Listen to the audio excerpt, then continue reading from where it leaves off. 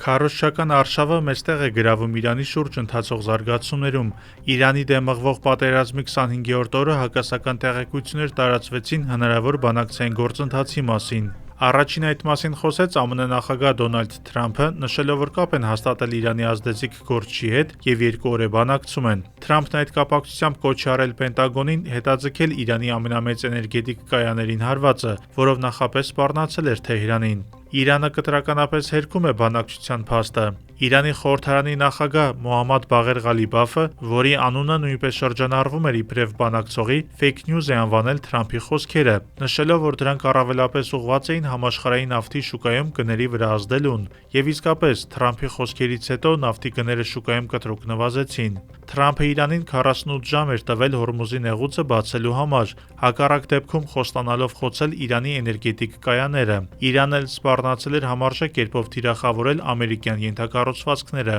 Էներգետիկ պատերազմի հեռանկարը լրջորեն անհանգստացնում է արաբական երկրներին, որոնք ահազանգում են բնապահպանական աղետի վտանգի մասին։ Քաթարի վարչապետ եւ արտգործնախարար Մոհամմադ Ալ-Թանին անհանգստություն է հայտնել Պարսից ծոցի հնարավոր աղտոտման առնչությամբ։ Նա շեշտել է, որ իրենք չեն հանձնվի մինչև չհասնեն ԱՄՆ-ի եւ Իրանի միջև հստակ համաձայնության, որը կկանխի հերթականոր էսկալացիան։